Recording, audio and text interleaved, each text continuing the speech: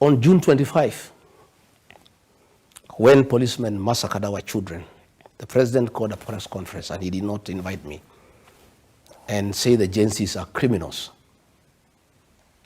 who are treason us.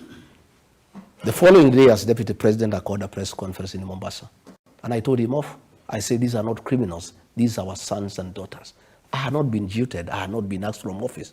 I stood firm. But let me tell you, one of the issues I disagreed with the President William Ruto up to today, and I will never give in, was abductions and extrajudicial killings.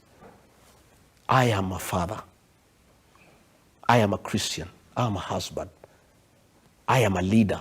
I am an elder in my community. Children are our flowers. You cannot kill children because they're asking questions. And the questions they're asking are legitimate. That we are running down the country, that there is too much corruption, that we are not listening to the people.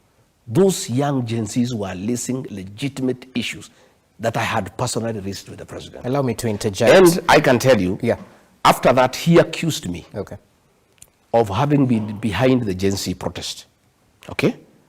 And I said I was not behind the Genzs protest, but I associated myself with what I was saying despite being deputy president. So you cannot sit here and tell me that I've started raising these issues, you know, because we disagreed or because I left. You remember, in the Senate, there was an accusation against me that I had opposed evictions of people from Nairobi River. I raised that issue when I was deputy president. Sure. There was an accusation that I rejected the haphazard relocation of traders from Wakulima market. I started disagreeing with the president a year ago. Our disagreement around October was the culmination of a whole year of total disagreement.